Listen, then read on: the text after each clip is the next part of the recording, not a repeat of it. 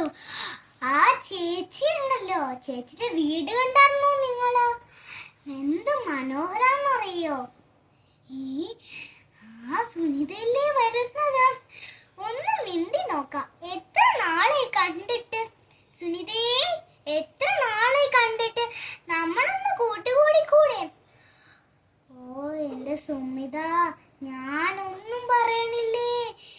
എന്റെ കഷ്ടകാലം. നീ എന്റെ വീട്ടില് വന്ന് നോക്കിയേ, എന്ത് കഷ്ടാന്നറിയോ നിനക്ക്? അയ്യോ, പ്രായമായ കുട്ടികളുണ്ട്, പ്രായമുള്ള ആൾക്കാരുണ്ടല്ലോ എന്റെ വീട്ടിൽ വന്നു. അവര് എന്നെ കോമഡി കാണിച്ച് ചിരിച്ചു. പക്ഷെ നിനക്കറിയാമോ, എന്റെ വീട്ടിൽ ആകെ കുഴപ്പമാണ്. ഞാൻ നിന്റെ വീട്ടിൽ താമസിച്ചോട്ടെ? ഒന്ന് പോയ സുനിതേ, ഞാൻ എന്റെ വീട്ടിൽ താമസിക്കാനൊന്നും സമ്മതിക്കത്തില്ല. ഓ, എത്ര നാള് കാണാതിരുന്നതാ. എന്ന് ഓർമ്മയുണ്ടാവുമെന്ന് വിചാരിച്ചു. ഞങ്ങള് രണ്ടുപേരും കൊണ്ടുള്ള ഫോട്ടോ ഇവളുടെ ഫോണിൽ എപ്പോഴും ഉണ്ടായിരിക്കുന്നതാണ്. എന്നിട്ട് പോലും ഇവക്ക് എന്നെ മനസ്സിലായില്ലേ?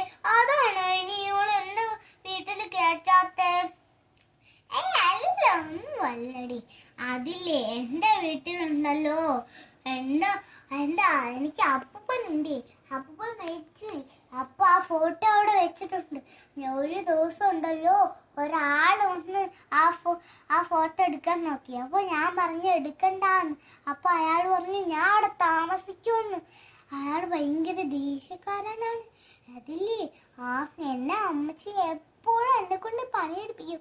നീ വന്നാ നിനക്കും പണിയാവും സുനിതേ. എന്നാ ഞാൻ വരുന്നില്ല, ഞാൻ പോണ്. എന്ത് ഭംഗിയ ആ അപ്പുറത്തെ വീട്ടിലെ ലണ്ടനിൽ നിന്ന് വന്ന ആ അമ്മച്ചിക്ക്. എന്ത് കഷ്ടം. അമ്മച്ചിയോട് പോയി ചോദിച്ചു നോക്കാം, എങ്ങനെ ഇത്ര ഭംഗിയുള്ള വീട് കിട്ടിയെന്ന് ചോദിച്ചു നോക്കാം. അമ്മച്ചി, എങ്ങനെ ഇത്ര ഭംഗിയുള്ള വീട് കിട്ടിയേ? ഞങ്ങള് അമേരിക്കയിൽ പോയതുകൊണ്ടല്ല, ഞങ്ങള് ലണ്ടനിൽ പോയതുകൊണ്ടാ. നിങ്ങൾക്ക് കാശ് വേണമെങ്കിൽ ലണ്ടനിൽ പോ. ഞങ്ങളോട് ചോദിച്ചു വരേണ്ട ആവശ്യമില്ല. ഞങ്ങൾ ലണ്ടനിൽ പോയി നല്ല കാശുണ്ടാക്കുമല്ലോ, അതുപോലെ നിങ്ങൾ കാശുണ്ടാക്കും. ഞങ്ങൾ മിണ്ടത്തില്ല, ഞങ്ങൾ നല്ല കാശുണ്ടാക്കിക്കോളും. അമ്മച്ചി പൈസക്കാരാന്ന് പറഞ്ഞ് ഒരു ഇതുമില്ല കേട്ടോ. ഞാൻ തന്നെ അങ്ങ് ചെയ്യും. സ്വന്തമായിട്ട് ഞാൻ പൈസ ഉണ്ടാക്കി വരുമ്പോ എൻ്റെ അടുത്ത് പൈസ ചോദിച്ചു തരുന്നുട്ടോ. ഞാൻ പൈസ തരത്തില്ല, വീട് താമസിക്കാൻ തരത്തില്ല.